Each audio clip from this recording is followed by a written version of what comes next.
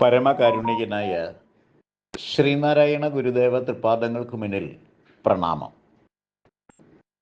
ശ്രീനാരായണ ഗുരുദേവ തൃപ്പാദങ്ങളാൽ വിരചിതമായ ഹോമമന്ത്രത്തിൻ്റെ പഠനം തുടരും. ഓം അഗ്നേ തവ യത് തേജസ്തത് ബ്രാഹ്മം അതസ്ത്വം പ്രത്യക്ഷം ബ്രഹ്മാസി. ഈ വരികളെ ഹോമമന്ത്രത്തിലെ ഒന്നാം ഭാഗമായി വിചാരം ചെയ്യാവുന്നതാണ്. ഓം എന്ന ഏകാക്ഷരം പ്രണവദ്യോതകമായ നാദബ്രഹ്മസ്വരൂപമാണ്. നാദബ്രഹ്മം എന്ന പദത്തിൻ്റെ വാഗർത്ഥം ബ്രഹ്മശബ്ദം എന്നാണ്.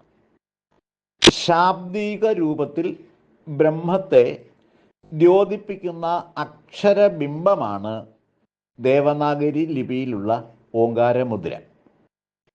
അകാരത്തിൻ്റെയും ഉകാരത്തിൻ്റെയും മകാരത്തിൻ്റെയും യോഗമാണ് ഈ മുദ്ര, അതായത് ഓങ്കാരമുദ്ര.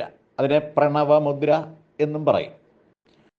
അകാരോ വിഷ്ണുരുദ്ദിഷ്ട ഉകാരസ്തു മഹേശ്വര എന്ന നിർവചനമനുസരിച്ച് അകാരം വിഷ്ണുദ്യോതകവും ഉകാരം ശിവദ്യോതകവുമായ അക്ഷരങ്ങളാണ്.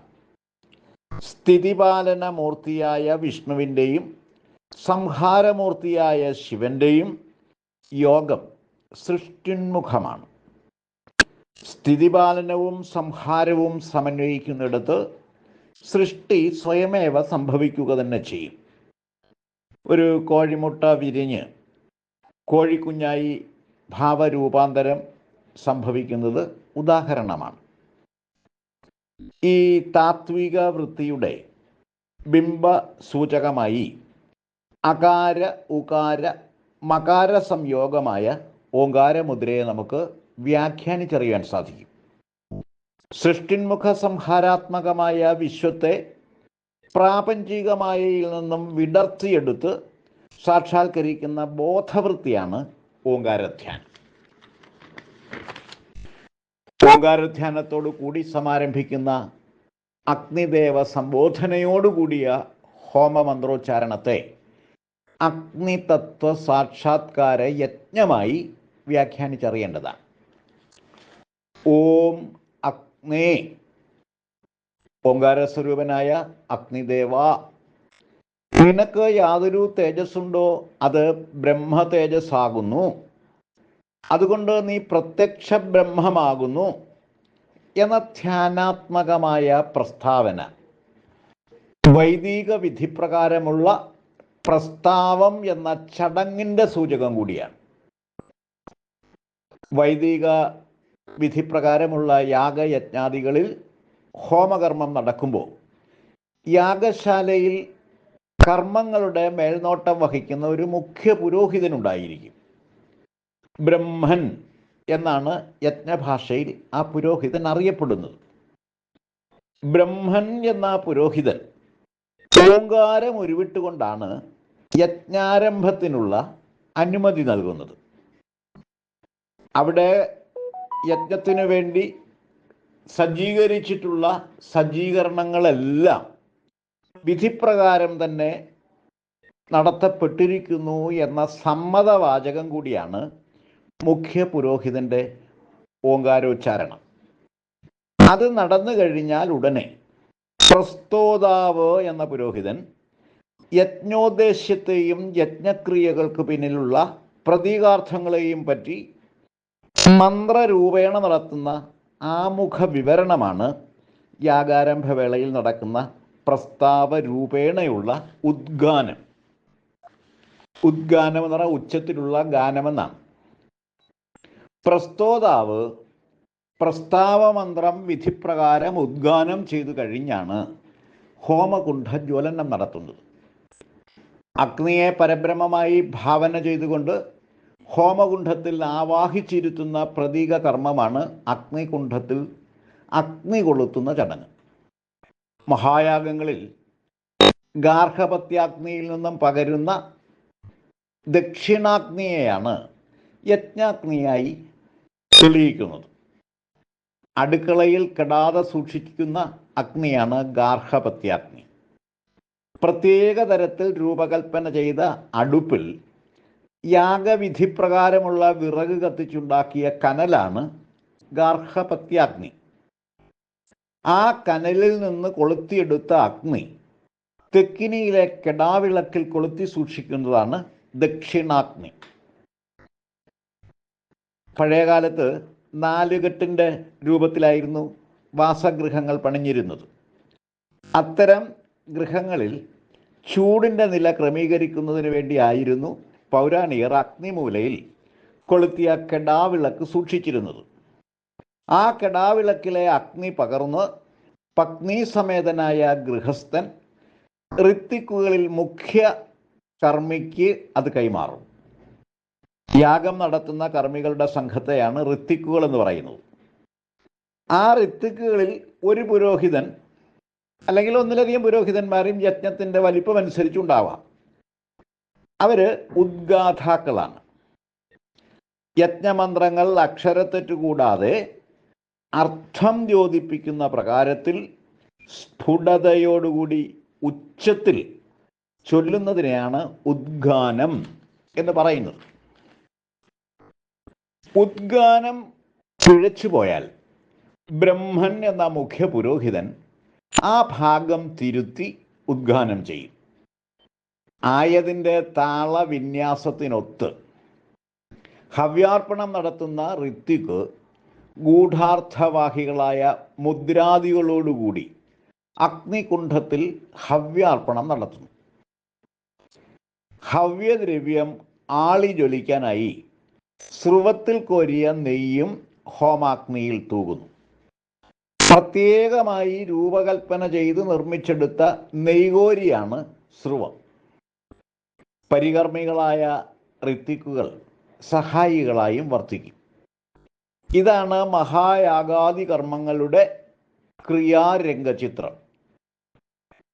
ഈ രംഗചിത്രത്തിൻ്റെ വാങ്മയ രൂപം അല്ലെ വാങ്മയ രംഗ ദൃശ്യം ഗുരുവിൻ്റെ വരികളിൽ വായിച്ചെടുക്കാൻ യജ്ഞഭാഷ വശമുള്ളവർക്ക് സാധിക്കും.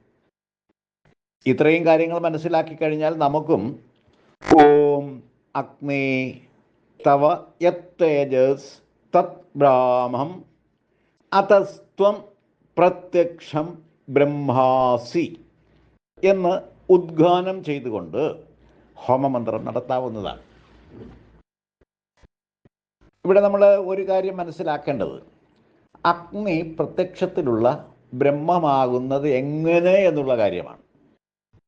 ഈ ചോദ്യത്തിനുള്ള ഉത്തരം കണ്ടെത്താൻ ബ്രഹ്മത്തിന് പ്രത്യക്ഷവും അപ്രത്യക്ഷവുമായ സ്വരൂപങ്ങൾ ഉണ്ടോ എന്ന് നിശ്ചയം ചെയ്തറിയേണ്ടതുണ്ട്.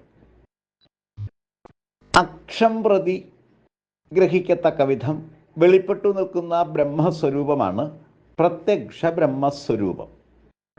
അക്ഷം എന്ന പദത്തിനിവിടെ ജ്ഞാനേന്ദ്രിയങ്ങളുടെ സർവാന്തസത്ത എന്ന അർത്ഥമാണ് കൽപ്പന ചെയ്യപ്പെട്ടിരിക്കുന്നത്.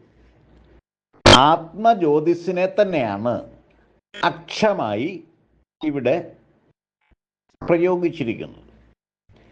കണ്ടും കേട്ടും തൊട്ടും മണത്തും രുചിച്ചും അറിയുന്ന അറിവിൻ്റെ സർവാന്ത സത്താസ്വരൂപമാണ് പ്രത്യക്ഷ ബ്രഹ്മസ്വരൂപം.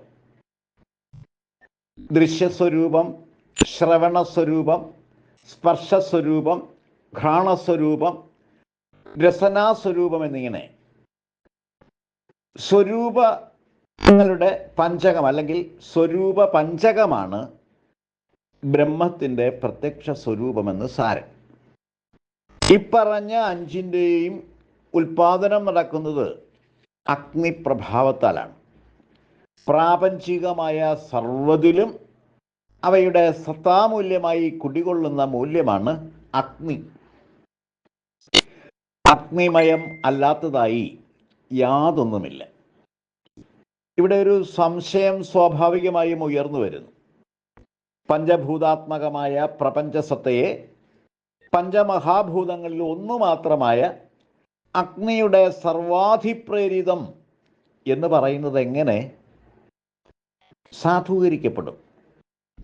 സൂക്ഷ്മ വിചാരം ചെയ്ത് വെളിപ്പെടുത്തി അറിയേണ്ട രഹസ്യമാണിത്. നമുക്കൊരു പനിനീർ പൂവിനെ ഉദാഹരണമായിട്ട് എടുക്കാം. പനിനീർ പൂവിനെ ഇതര പൂക്കളിൽ നിന്നും വ്യത്യസ്തമാക്കുന്നത് അതിൻ്റെ മണമാണ്.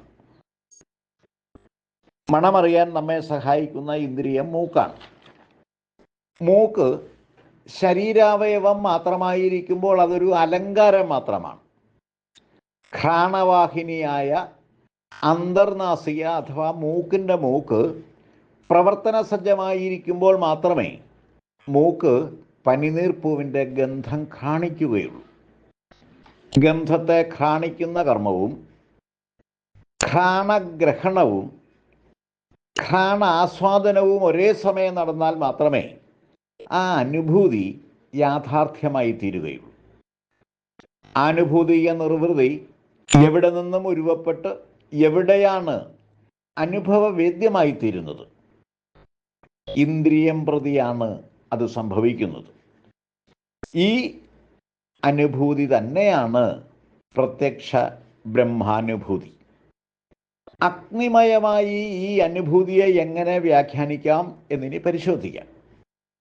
നാം പനിനീർപ്പൂവ് മണക്കാൻ ശ്രമിക്കുമ്പോൾ നമ്മുടെ നാസികയിൽ നിന്നുമുള്ള ഉച്ഛ്വാസവായു പൂവിൽ സ്പർശിക്കും. ആ നിശ്വാസവായുവിൻ്റെ ചൂട് പനിനീർപ്പൂവിനെ ആവരണം ചെയ്തിരിക്കുന്ന അന്തരീക്ഷവായുവിനെ ചൂടുപിടിപ്പിക്കും. അതിൻ്റെ ഫലമായി സൂക്ഷ്മ വായുകണികകൾ വികസിക്കും. അതിൻ്റെ ഫലമായി വായുവിൽ ഇളക്കം സംഭവിക്കും.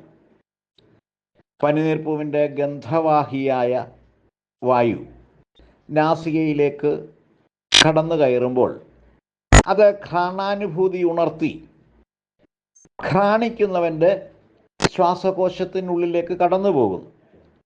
ശ്വാസകോശത്തിൽ എത്തിച്ചേരുന്ന ആ ഉച്ഛ്വാസവായു പഞ്ചപ്രാണങ്ങളായി പിരിഞ്ഞ് പ്രവാഹം തുടരുമ്പോൾ ഉദാനവായുവിൽ കലർന്ന പനിനീർപ്പൂവിൻ്റെ ഗന്ധം സുഷുമ്നാ ശീർഷം വരെ ഊർധ്വഗതിയിൽ ചംക്രമണം ചെയ്യും.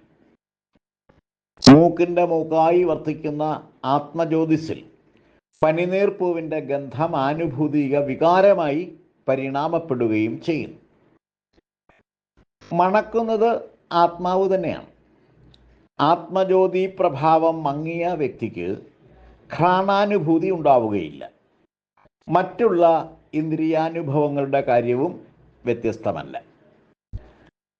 പ്രാണാഗ്നിയായും മനനാഗ്നിയായും ജ്ഞാനാഗ്നിയായും പകർന്നാടുന്ന ബ്രഹ്മമാണ് അഗ്നിദേവൻ. അതേ അഗ്നിദേവൻ തന്നെയാണ് ജഠരാഗ്നിയായും സഹനാഗ്നിയായും ക്ഷമാഗ്നിയായും കർമാഗ്നിയായും വീര്യാഗ്നിയായും എല്ലാം ഭാവം പകർന്നാടുന്നത്. ശാരീരികമായ അഗ്നിപ്രഭാവമാണ് കോശ വളർച്ചയ്ക്കും കോശവിഭജനത്തിനും കോശാഭിവൃദ്ധിക്കും കോശക്ഷയത്തിനുമെല്ലാം കാരണമായി വർത്തിച്ച് ആയുസ്സിനെ നിയന്ത്രിക്കുകയും നിർണയിക്കുകയും ചെയ്യുന്നത്. ചുരുക്കി പറഞ്ഞാൽ ഭൗതികവും ഭൗതികേതരവുമായ സർവ്വതും അഗ്നിപ്രഭാവിതമാണ്. ഭൗതികേതരമായ അഗ്നിപ്രഭാവത്തെ നമുക്ക് നോക്കിക്കാണാൻ സാധിക്കുകയില്ല എന്ന് മാത്രം. അങ്ങനെയുള്ള അഗ്നിതത്വത്തെ സാക്ഷാത്കരിച്ചു കഴിഞ്ഞാൽ പിന്നെ അഹംബോധത്തിന് ഇവിടെ സ്ഥാനമില്ല. അഹംബോധ സംബന്ധിയായ സർവ്വതും അഗ്നിപ്രഭാവത്തിൽ ദർശിക്കുന്ന ദാർശനിക ബോധവൃത്തിയുടെ പ്രതീകമാണ് ഹോമകർമ്മം എന്ന് സാരം. ഈ ഗൂഢ രഹസ്യമാണ് ഓം അഗ്നേ തവ യത്തേജസ് തദ് ബ്രാഹ്മം അതസ്ത്വം പ്രത്യക്ഷം ബ്രഹ്മാസി എന്ന് വാഴ്ത്തിയിരിക്കുന്നതിൻ്റെ പൊരുൾ. പ്രത്യക്ഷം എന്ന പദത്തിന് വ്യാവഹാരികമായ അർത്ഥകൽപ്പന നൽകി വ്യാഖ്യാനിച്ചാൽ ഗുരുവിൻ്റെ വരികളുടെ യഥാർത്ഥ പൊരുൾ വെളിപ്പെട്ട് കിട്ടുന്നതല്ല. ഇവിടെ അക്ഷത്തിന് അക്ഷി കണ്ണ് എന്നുള്ള അർത്ഥമുണ്ട്, കണ്ണുകൊണ്ട് കാണുന്നതിനെ എന്നുള്ളതിന് പ്രത്യക്ഷം എന്നാണ് പറയുക. പക്ഷെ അവിടെ ആ അക്ഷം നമ്മുടെ കണ്ണു മാത്രമല്ല, എല്ലാ ഇന്ദ്രിയങ്ങളും അതിൽപ്പെടും. അതോടൊപ്പം തന്നെ ആ ഇന്ദ്രിയ രൂപത്തിൽ സെപ്പറേറ്റായിട്ട് മാറി നിൽക്കുന്ന ഇന്ദ്രിയ ഭാവമല്ല, ഇന്ദ്രിയ സമന്വയമായ എല്ലാ ഇന്ദ്രിയ, അതാണ് സർവേന്ദ്രിയ സാരസത്ത എന്ന് പറഞ്ഞത്. അതാണ് ശരിക്കും ഇവിടെ ഗുരു പ്രയോഗിച്ചിരിക്കുന്ന അക്ഷം എന്ന പദത്തിൻ്റെ വാഗർത്ഥം. ഇത്രയും കാര്യങ്ങളാണ് ഈ ശ്ലോകഭാഗത്തെ പറ്റി വിശദീകരിക്കാനായിട്ടുള്ളത്. ഞാൻ എൻ്റെ വാക്കുകൾ ഉപസംഹരിക്കുന്നു.